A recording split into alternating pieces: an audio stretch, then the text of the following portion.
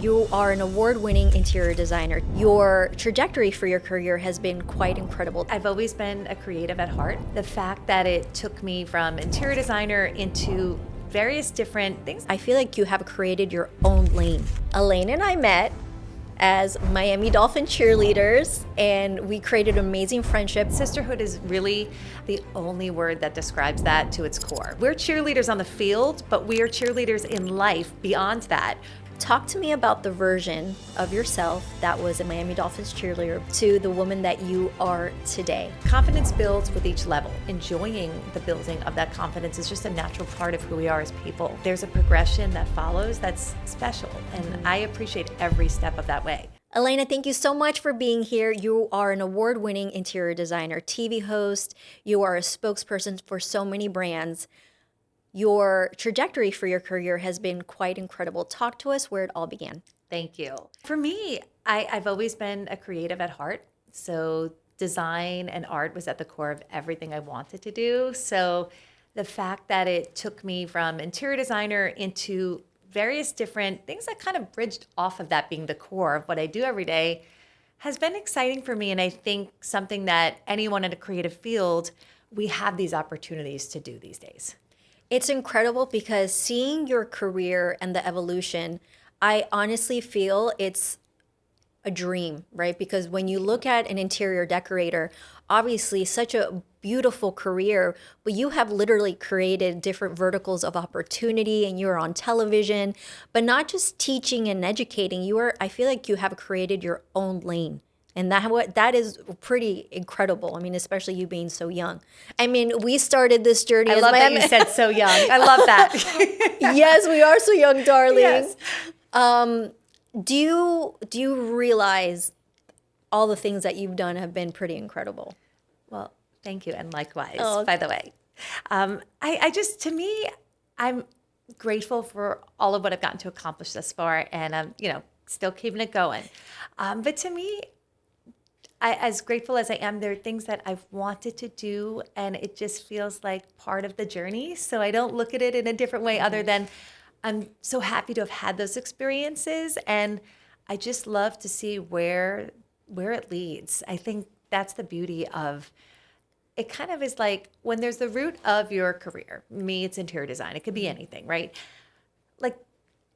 I just have enjoyed seeing television was just one other part of it. And then working with brands is another extension of that. And in my industry, there's so many designers who are now having all of these opportunities. And it's really cool to see because it's not a one size fits all. And that is the best part of it. There's something for everyone based on what your passion is.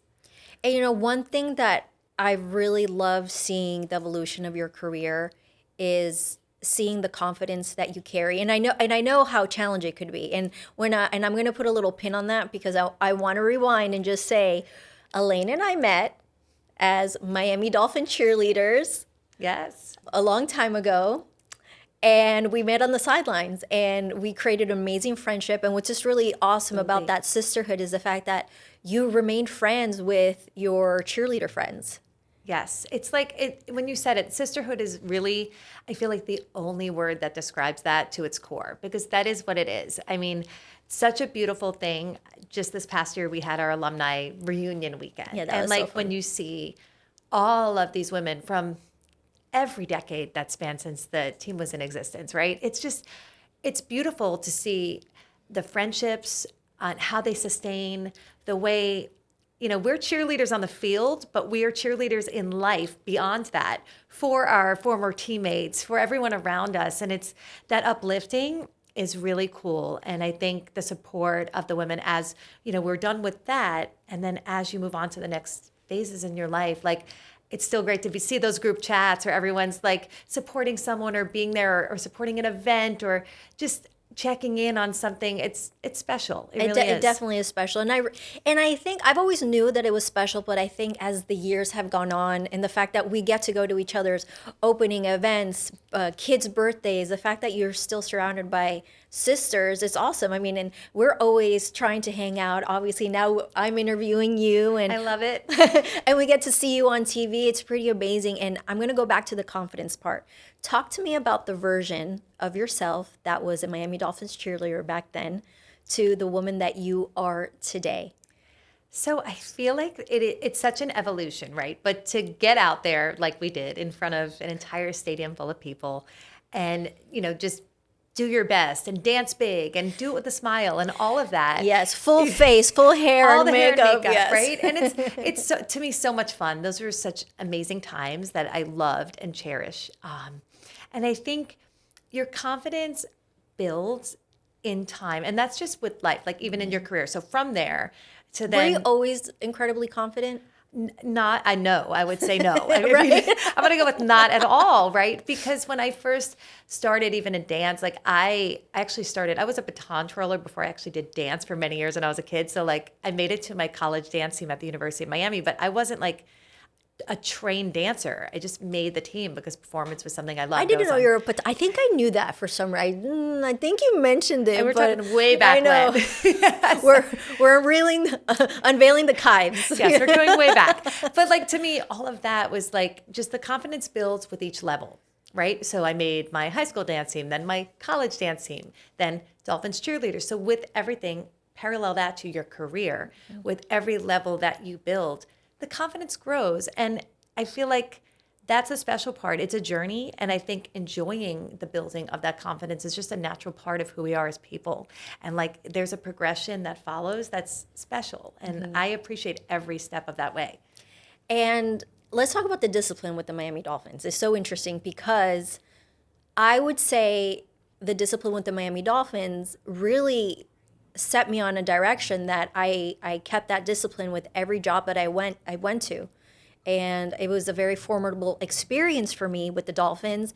And I took that with me everywhere I went, and I'm sure you did too. Or how was that experience with the discipline that they taught us? Yeah, I think you said that perfectly. It really is. It's something you take with you and it stays with you and creates such a positive way of living your day-to-day life, through your career, through your life. It just, I don't know, and it's hard to pin exactly what it is, but it's just it's a great thing. And I feel like it's being part of teams, no matter what phase of your life, I think is something that's so important. Yeah, being able to work with teams in a graceful way, no matter what the season it is. Yes, it's just a great thing. I am truly grateful and honored to have had those experiences, to have done it together. It's been awesome. I love to talk about, when being a cheerleader specifically, do people still make a big deal that you were a Miami Dolphins cheerleader? So I love it. I feel like it's a wonderful thing and to shape anyone's experience in life when you've been part of something like that. It's so funny because like obviously we've had so many amazing achievements since then. But I find it funny when they open the statement with, she was a Miami Dolphins cheerleader. You can be the president of the United States, but they will still open the sentence with, she was a Miami Dolphins cheerleader, which of course, it's a beautiful thing. But I didn't realize how important it was, I think, until years later, because the introductions always start with that. I agree. So it's funny, same. And I think there's something really powerful in that. And that speaks to the legacy of the organization and what they have built and continue to build. And just this, it really is, I think it's cool. The same reaction a lot. I know, it's super interesting. Well, especially now that we really see the curtain being lifted on the Netflix shows and everything. So just to be a part of that sisterhood is really awesome. So now let's fast forward now. So at what point did you stop trying to prove yourself and just really understand that you knew exactly what you were speaking about, talking about in your industry? Because I know that when you're a professional, there's always a moment or a season in your life where you're like, I need to show that I'm good enough. I obviously need to show that my resume is the perfect person for the job. Yes. And being an interior decorator is very competitive. What do you remember? A lot of great talent out there. Yeah, there's great talent out there. What can you pinpoint in your life where you realize I've arrived and I could fully trust who I am and what I bring to the table? So I'm going to answer that, and I'm going to also just step back to give you another part of that I think will help shape my answer. So one of the biggest things for me in my industry was, and the part where I needed to gain the most confidence, so talking to the general public and consumers about interior design is one part, right? And then talking to your industry peers about it is a completely different part of that, different skill set, different type of messaging, right? Because there you're going very high level with technical terms and like, more heavy on the information, as opposed to where you're educating consumers and even your clients. You're doing it in a level where you're not throwing out terms that they're not familiar with, and you're giving it to them like this is exactly the vision, and it translates really beautifully. Both of those things are great. And I think for me, learning to be able to speak to my peers when I was sort of only a couple of years into the career, I loved, doing public speaking. And when I first had to speak to a group of like architects and designers, at that point I was only maybe 10 years in. And I was like, wow, a lot of these people might have 20, 30 plus years experience that I'm speaking to. That was the moment where I started to kind of lean in and say, like, what do I bring to the table? How could I bring them something different than what they already know? And how could I present this information in a way that they will get something from this? And I think no matter what amount of years of experience you have, if you approach every presentation to your peers that way, I feel like it becomes more successful. And that was something I really tried to work on, and I still work on to this day. Do you remember getting any pushback, or, sometimes you have the old guard, right? And sometimes when there's new faces, new design styles, or new approaches, do you remember anybody pushing back with how you approached any of your projects, for example? And I don't feel specifically, no. I think design is so subjective. Yeah, it is. So, I mean, there could be pushback at any time, no matter how talented you are, no matter how many years you've been in the industry. So I think in that case, I feel like specifically to answer that might not be, it's not the easiest answer, because it's kind of yes, could be anything. But to me, I think the most important part is really staying true to yourself and to who you are as a designer, because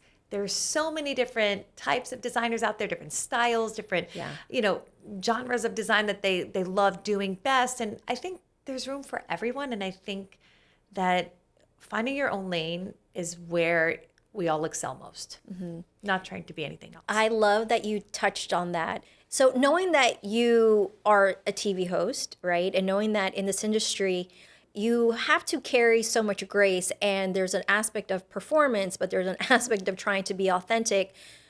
I know that it can take a toll, right? Because to really understand that perfect balance and to be healthy within your own body, how did you learn that perfect balance? Number one, understanding that you don't always have to overperform, because there was a moment when I was in sports broadcasting, there's a lot of overperformance.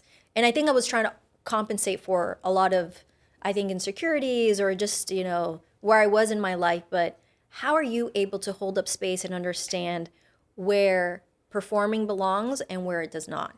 So I think that is so interesting. And I think in any kind of field within that, you have these questions, right? Well, I mean, as a cheerleader, the evolution of the performer, big hair, big moves. Big performance, yes, because you have to reach the whole arena, right? Even if inside you're dying, right? And then the evolution as a performer and as a talent and in your profession. Talk to us about when you were truly able to hone into who you are as a designer and on-camera host. I think for me, it was about, like, especially when I first started hosting, just to kind of preface it with, before that, I had done a lot of design work on television, but I was more a behind-the-scenes designer for like makeover shows, or I was the on-camera designer, meaning I was only speaking about what I've done creatively, which is what I already would do every day with my clients. So it's a different feel. Once I got the role of a host to sort of drive the conversation, the questions leading into that was sort of like a learning curve for me, for sure. Really? Yes, because it was a complete different feel. Like I was on the other side, right? So that was the biggest learning curve for me that I really wanted to embrace. So for me to be able to think, see other hosts out there doing different things in the space, and wonder, like, who am I in this? I think really what changed it for me was realizing that not comparing yourself to what other people are doing. Like, I can be funny, but I'm not like gonna be thought of as like the funny one. I'm not gonna be thought of, and I don't think you should try to do something that you're not, because I feel like in any training or anything I've done, they've always said, like, being your authentic self. And I mean, it's so true. Yeah. Being who you are, I think, translate. You get this sense of like feeling like you could connect with someone, and that's only comes through being your authentic self. Absolutely. Well, especially when you're working with clients, right? You're working with Exactly. clients Their home is their sacred space. They have a vision. And obviously, when you have your television show, now you're speaking to America, but they really want to see you in action. And I mean, you do a really beautiful job, by the Thank way. you. You want to hear something funny? You're going to appreciate this. You want to know one of my first TV hosting jobs, not jobs, auditions for HGTV. I love this. Hysterical. I got flown to Georgia. I didn't get the job because I didn't know anything about design. I was love just this though. This is so cool. I did not know this fun fact. I got flown to Georgia and then I had to improvise. Like if I knew what I was talking about, I was like, this is a picture and this is really beautiful.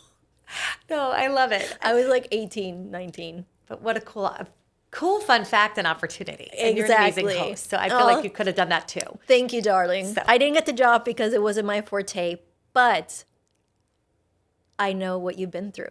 Yes. So I mean, for me, it's easy, and I will say this: the part is it's easy because I'm talking about stuff I'm passionate about, right? So I could talk about wallpaper for like 5 hours. No one That's wants awesome. to watch that for 5 hours, but I like it's just because it's stuff I'm immersed in every day. So I think for me, learning was think about like you're talking to your clients and getting them excited about it. Do the same thing, and again, is it the same as what other people are doing? I'm just trying to be who I am. And I think I hope that resonates with our audience and I hope they enjoy it. What I love, and I want to talk about visibility versus leadership and how you've been able to do both. Obviously, just because you're on television doesn't mean you're a leader, right? And I think now in the world of branding and everybody putting themselves online, I think you've done it beautifully because you have such a unique point of view and obviously you're visible. How are you able to navigate both of them, or is it just something that happens seamlessly? Because sometimes people love to be the host, but the visibility that comes with it is not what they signed up for example. So I think because mine is more of a niche hosting, meaning I'm an interior designer by trade, and Yay. then hosting happens second, right? But I love it too, and I consider it part of my career, and I absolutely love it. The opportunities to work with brands is something within the design industry. I think a lot of designers strive for. It's a great opportunity to spotlight product that you're already using and then share why you love it in your own voice. And I think for me, having opportunities like brand ambassadorships, things like that with various brands has been so special because I look back to thinking of when I started and I'm like, my first project, I used that paint, and now I'm part of their design council. That's so cool. Like a couple years ago, I remember we were meeting up for dinner, and I was asking you, what are your goals or what are you working on? And you were like, I want to work with brands, and what that was a while back. Yeah, it was a maybe few like 5 years, something like that. And the fact that you're doing it now is just a testament to you put something on paper and you actually execute. Thank you. And to me, I think the important part of that is aligning with the brands that you work with. I love that the opportunity to work and spotlight product is stuff that I've already been using for years. Or if it's something new, something that I'm excited about and want to specify at projects. I think it's all about sharing the message of things that you believe in. And we talk about authenticity. That's how that truly comes through. So let's talk to us a little bit about the business. So many interior designers look to your illustrious career and things that you're doing. And what advice would you give an interior designer that really is interested in creating collaborations or brand partnerships? So I feel like, I think you can also like reach out and do all of these things and have successful social platforms. But at the root of it, to me, just for me personally, and I'll share it if it resonates with anyone else, for me, it is building up the knowledge in the industry, the knowledge of products and things you work with, the knowledge of basic design. And the education part was always like my main platform. I love like learning and knowing, and like with that foundation, it's easy to talk about anything else. So obviously design is not my thing, but there is does it make sense to say there's a difference between speaking about what you're really knowledgeable on versus talking about how beautiful something is? So yes, but there's also crossover. Okay, right? okay. So a lot of the times, like on the show that I host, I'm talking about like, I love this sofa that you put in here. And we'll really talk into the details about the fabric and all of the comfort. And both my guest, who's a designer, and myself, we have knowledge of basic sofa construction, for example, right? But I also think that there is room for like design is so broad.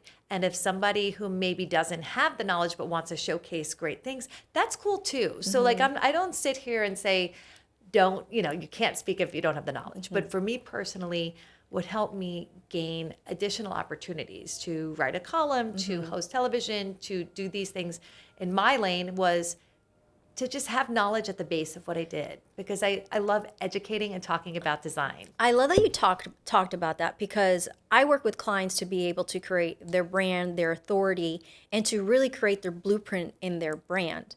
So if I were to, example, work with an interior designer, I would actually have them double down on the educational component. I mean, obviously, if you're an interior designer, you have passion for it and it looks beautiful. You know and how to put things together. Of course, I am just assuming that you know what you're doing, but I think I would personally give them the advice of double down on your knowledge base.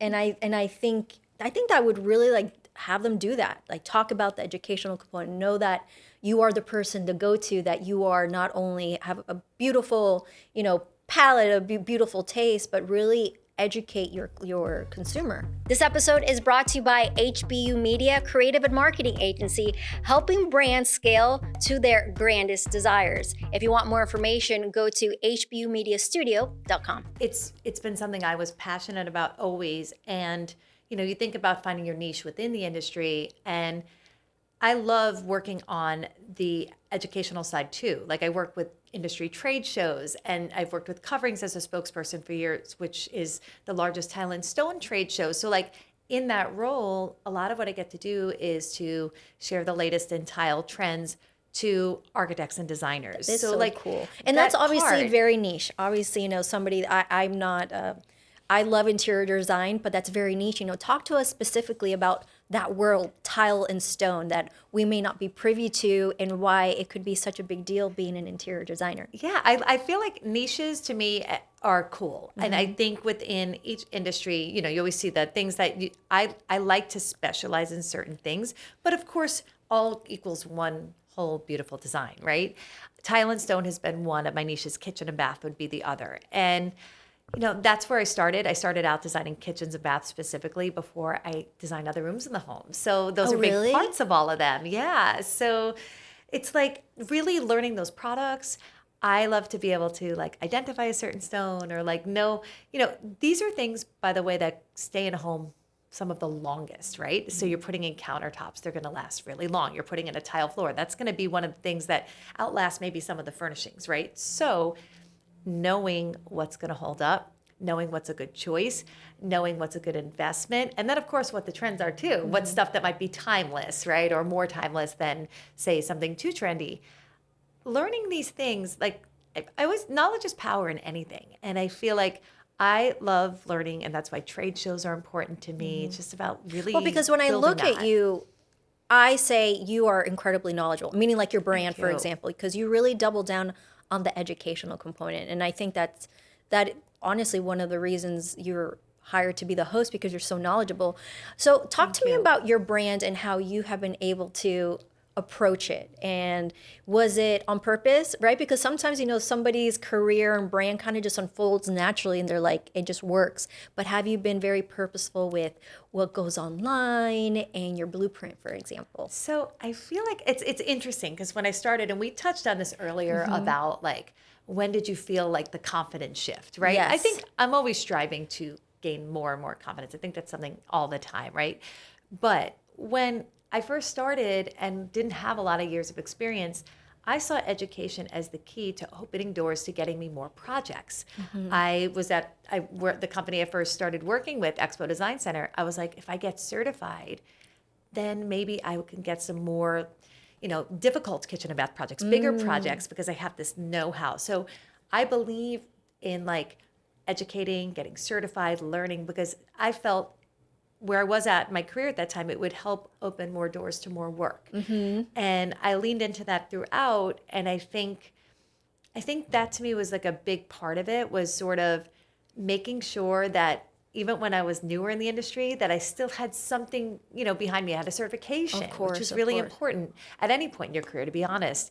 And it it wasn't an easy like path. You know this. It's a lot of different things. It's not linear. No, it is definitely not. I mean, how many things did I try out for before I actually got, this job or that or this opportunity? Is there a weird job that you ever took, I mean, I don't know if I would say like or really different? I feel like every piece, is part of what finishes the puzzle. So obviously we're talking about the journey's not linear, right? I was a mascot to the journey here. I love it. I love it. Do you remember a certain profession or a project that you were like, why am I here? I mean, I look at it like this. It's all part of, it's not a linear journey. It's all part of that. And I kind of feel like each of them is a piece of the bigger puzzle that is finished and is like, okay, this got me here. That's why I did this. I mean, when I first started in design, I literally did everything hands-on. Like I would do these design showcases. I would bring in my friends, my family, everyone would help paint. We'd be like hauling tile. And like, I look back at that and I still love being hands-on in special projects, which I will do like for charitable things and stuff like that. I like being part of it. But those are special things. Like it was a lot of work, physical labor, but it made me proud to even have the opportunity to do that at that point in time, that it was special no matter what. I love helping find design topics for the show and guests because it's my relevant industry. So it makes me excited to think about like, I'll go to an event and I will see something and then bring it back to our team and be like, what do you guys think of this? I love that collaborative feel. I love being able to share ideas and talk through like, what would make this great? What would make it different? And I think for me and for our team, like we always want to keep striving to do it differently. We are on every week of the year. So are. It's not like we have one season. Which is wild because in television, that is rare, number one. That is rare to have a gig for so long, number two. So what you have been able to build with your team is rare and beautiful. So I always like to give my guests their flowers because television is hard. Show baby is hard. But the fact that you've had such longevity on camera and obviously it continues to evolve. Well, I owe that to the station, so thank you, because they have wonderful local programming. Of course, SoFlo Home Project, SoFlo Taste, SoFlo Health, and it's such a great way, I think, to reach the community. It's something that locals could look forward to weekly, and I love that we get to spotlight different people throughout this, in my case, the South Florida design community. And my goal is always to keep bringing on different guests, showcasing different things, also showcasing the classics. We toured the Biltmore, celebrating 100 years and showcased the suites. Like what great history You know which Florida. one I saw lately on your social? The Porsche. Oh, that was amazing. Oh my gosh. I was like, where is she? I mean, like, I knew where you were because the Porsche Design Tower was incredible. Was gorgeous. So we get an opportunity. Like, I love that some of these things come to us and they're like, people will pitch us and say, what do you think about this? And sometimes we're actively going out and finding different things as well. And that is my other favorite part of being part of this show is that, no week looks the same. It's constantly different. We're constantly pushing ourselves and challenging to do something a little different, different design topics, different advice. What has been the most challenging aspect of that? Obviously, it looks very glamorous and we know there's a lot more not glamorous moments than glamorous. But what is something that, people wouldn't necessarily know or understand about the things that you do? So I think is that I wear many hats. And sometimes when people will call me, they'll be like, I wasn't expecting to get you. And I smile when they say it and it's flattering. I'm like, oh, they're like, I thought I was going to get like someone on your team. Right. And first of all, I love being on the janitor too. of all the things. I love doing that though. Like I honestly can say that, like, whether it's my business, sometimes I'm taking calls to arrange a product delivery on my break in between, interviewing our guests. Sometimes all of these things you're balancing constantly. But I also love that. And I feel fortunate to be able to have that opportunity. Like, I look at it as like, I am grateful. Like, I've wanted a chance to do some of these things. And now I'm balancing quite a few things, but to me, that's awesome because that is what I've wanted to do. And I like switching gears. I like driving home from a shoot and then I'm coordinating an install the next day. It gives me variety. I am someone who likes to change things up all the time in my work. And I think that's what makes it rewarding. And Alena, what I've loved about you and obviously seeing your career for such a long time, you carry so much grace and authority all at Thank you. once.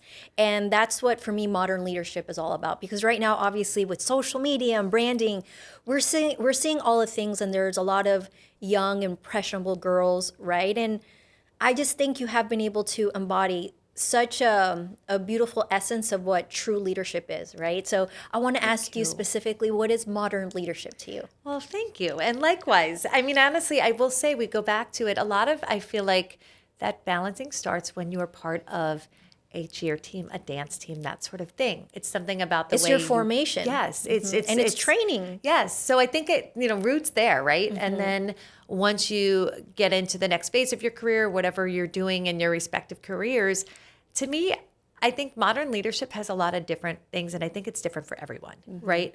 For me, I feel like I've always based everything in like the education side too. Like while I'm not an educator, I like to educate people on stuff in my industry and different things because why? That helps people. The whole point of what we get to do every week on our show is educate people and give them design tips and advice. And to me, modern leadership to me is about being able to present things to people in a way that makes them also not only understand it, but feel good about what you're presenting. And I think it's the delivery. And to me, it's also the way you present things to make people feel included, to make people feel understood and seen. And like, I feel like there's like it's a balance of a lot of different parts. It definitely is a balance, but I love what you talked about. People trust you. And just because you're on television or you are a content creator, it doesn't mean that you are trusted. And that's something that I always like to double down when I'm with my clients. If we're going to make you an authority in your industry, let's not make you the influencer. Let's make you actually the authority. And how have you been able to build that trust for such a long time? And I think that's a component that many people miss when they're building a brand.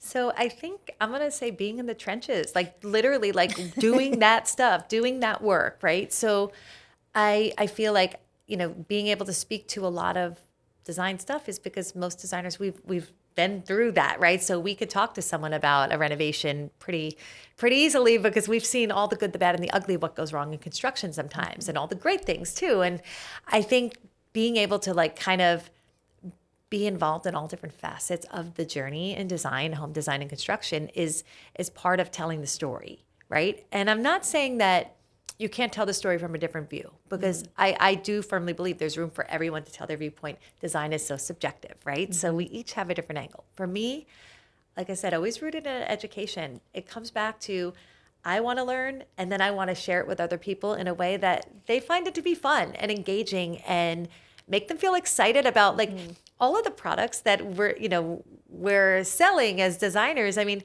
you want people to feel excited about making that purchase. These are big investments. They're very big investments. So, comfortable, excited, and knowing more about like how this will change their life for the better. Like I said, you have built an incredible brand. You always look put together, when we're doing our workshops and we speak to amazing women that really want to continue to lean into the way they look on stage, the way they sound articulate. What advice can you give to these amazing women out there, for example, that really are breaking into the industry of interior design? They really want to follow in your footsteps. And I love that we were talking about before, putting your best foot forward, which I feel, this is my humble opinion, I think we've lost it along the way.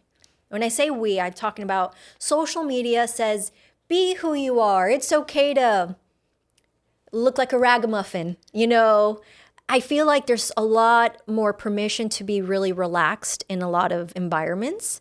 And I think people may be losing opportunities because of it. Does that make sense? So yes, because I think, but it comes back to it's an individual choice. Yes. And I think it's an intentional choice. I think you think about sometimes it's like you're being a version of yourself. And if that is you to go out and do X, Y, and Z, that's great because that will come across as you. 100%. For me, I like to be the way I show up for television, the way I show up for an event, the way I show up with clients is exactly how I talk to someone about designing their home. Like I'm not changing who I am to do any of those things. So I think as long as that you're being true to who you are and how you would be in all of those different rooms, I think that's the sweet spot. Don't try to be like, I'm not going to be doing like crazy, funny stunts on a job site, but that works for a lot of people. It might work and be really cool, right? You have to be who you are, right? And like, I think sometimes it's very easy to get caught up and watch and be like, should I be doing this, this, or this? Because this seems to be what's like trending or what's cool. But like, I think sometimes you have to step outside of that and say, you know what? I want to be exactly who I am. This voice is the same voice that someone who is sitting on their sofa with me picking fabric for that sofa that we're replacing. That's who I am. And I think, and again, I'm not an expert on this, but I'm just talking about from my own personal experience.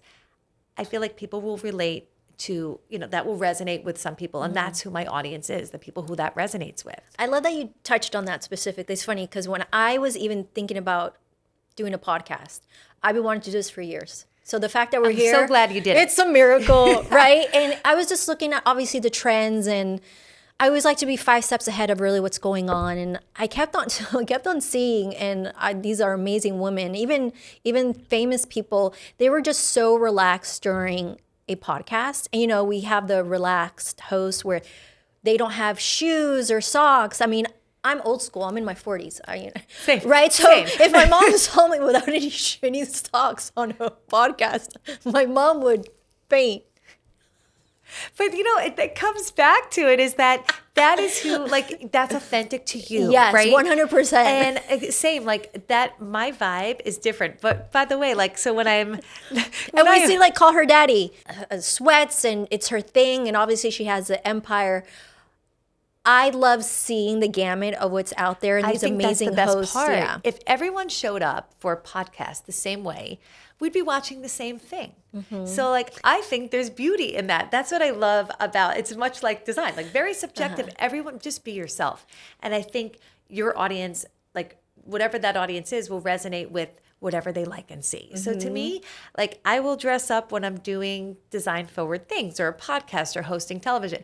When I am working in design and construction, I'm not wearing this. So I need to it's two different people. You're not wearing that in a hard hat? No, and no heels, right? I'm wearing sneakers, I'm wearing, like leggings, very comfortable. Why? Because to me in that environment, I'm picking stuff for someone's home. So I'm wearing a different hat. I want my clients, the people I'm working with, to feel comfortable. So we might be sitting on the floor looking at fabric samples. So everyone's comfortable, right? I don't expect them to sit in their suit just coming from work and do that. If they want to, that's cool. We'll sit at the table, make it easy. Yeah. But to me, it's like they always say like dress for the job that you want or 100% whatever. Dress for the job that you want, or even if you're working from home, dress like you have your dream job, meaning like not working in your PJs. Like I always try to look presentable. I think it's a good thing. I think sometimes it helps you feel good. When I'm dressed up for work, I'll try to do as many errands as possible after I'm done with work because I'm feeling good, Or many TikToks. I'm like, I'm dressed. I do all the content. I'm like, do I have to do any more videos for something? Today's the day. Because I do take relaxed days too. And I think because of the kind of work I do, it's so varied. So like if you have to run to a job site in the middle of summer, you want to be comfortable. You're going up a ladder that might be made, out of wood, like temporary. You're going to the second story. You got to be safe. So there's a lot of different parts, but I think it's like appropriately dressing to authentically represent yourself for where you're at the job that you're doing. I love that. So that's a very important takeaway. So what do you have on the horizon? I'm working as the designer in residence for Cafe Appliances Style Studio, which has been something I'm really enjoying. That's amazing. It's a resource for consumers with their design questions when they're stuck, they're designing their kitchen. They have questions on color and matching finishes. And I've really been enjoying that. It's been wonderful. I've got a couple of design projects in the works. Of course, we're constantly working on some new different content and exciting new things for SoFlo Home Project. We're going to be going to the Kitchen and Bath Show in Orlando in a few weeks, so we'll be sharing what's new and the latest and greatest from the show floor there. So a lot of different things, some fun trade shows. Coverings is coming up, so all the latest in tile and stone. So I look forward to sharing those trends too. And I was telling Alena that she should launch her podcast. Well, thank you for your confidence. You ask where the confidence comes from. Sitting right here because you've been so awesome and kind. I would love to eventually think about adding that in. I enjoy conversations. Well, that's what I like I said, I wanted to launch the podcast forever, but I just feel like a podcast can give you that opportunity to just like let your hair down, really have an intimate discussion with anybody that you truly want on the couch, you know. And I've been wanting to have this conversation with you forever, just because, like I said, we share so much history. Yes. And like I said, podcast is just obviously a great marketing tool, but you have so much to offer regarding obviously your education, your projects, and I've been wanting to ask you this. What is the wow project, that your dream project that you wish upon a star, that you hope to one day create, maybe your own television show? I mean, you can build so much. So anything out there that you dare to share with us? Yes. So I love that you've asked this. And my answer is going to be a little bit different than maybe what might be expected. Like, it's, to me, I've gotten the opportunity to work on a lot of awesome design projects. I've had amazing clients. I really enjoy the journey of design, that each project is different and unique. For me, my biggest dream would be to be able to create like the most amazing charitable project, bringing in friends from the industry. Like, I get choked up about this kind of stuff because I do believe we are given talents to give back to people. And to me, very important. So anytime I get a chance to do something charitable, those have been, it brings me to tears sometimes talking about some of these impactful projects that have just been so special. And to be able to give back with your talents to people and just do something special for them with nothing in return, like, we just want to do this, is amazing. So like, my goal would be to like build this powerhouse design team that could do stuff all over the country and help people and design beautiful spaces and just like really build in brands and designers. Like, I have in my head, I'm always thinking like, what could we do? Where could we do it? How do we start? Like, it's really something that I want to do. And I hope to one day make it happen. For now, I do it on small scale. I'll partner with Make-A-Wish, South Florida. I've done stuff with the Ronald McDonald House, Kids Sanctuary Campus in West Palm Beach. Like, I've gotten a chance to work with these incredible organizations and do some cool things with other designers. I would love to do something really big. That's the dream. That's amazing. Have you thought about creating your own nonprofit to kind of create that arm? So I haven't yet. Yes. But it might be something. I mean, you like, know me, I'm always like throwing I love ideas that on you're a putting the board. wheels in motion here. It just really, it's something that eventually, and again, it's like building blocks, right? Like, all of the time in the industry and the relationships, which are really important to building that too. I didn't get to touch on that. Relationships, we know, are so important to every piece and part of the journey and the people you meet. I don't know. I like, it's just the goal and the dream. And I really want to spend some more time thinking about it for future, because I think there is so much great talent in our industry and so many great charitable brands that believe in giving back, that we could do something really special for communities throughout the U.S. Well, if anybody can do, you know, something at that scale, is definitely you. And anything that we can do to help, need a we're team. here. Thank you. You know, and you know that microphones obviously help to spread a message far, far and wide. Elena, thank you so much for being here with us. It was I can't awesome. wait. I can't wait to revisit this conversation maybe 6 months from now, because the way you move, and you move pretty fast. You know, I turn around and all of a sudden I see you all over the world. Well, taking likewise, pictures, I feel like we're just all keeping up with one another, right? So much going on, and that's the beauty of life, right? No. There's new opportunities every day for Elena, everyone. thank you so much for joining us today. Thank you.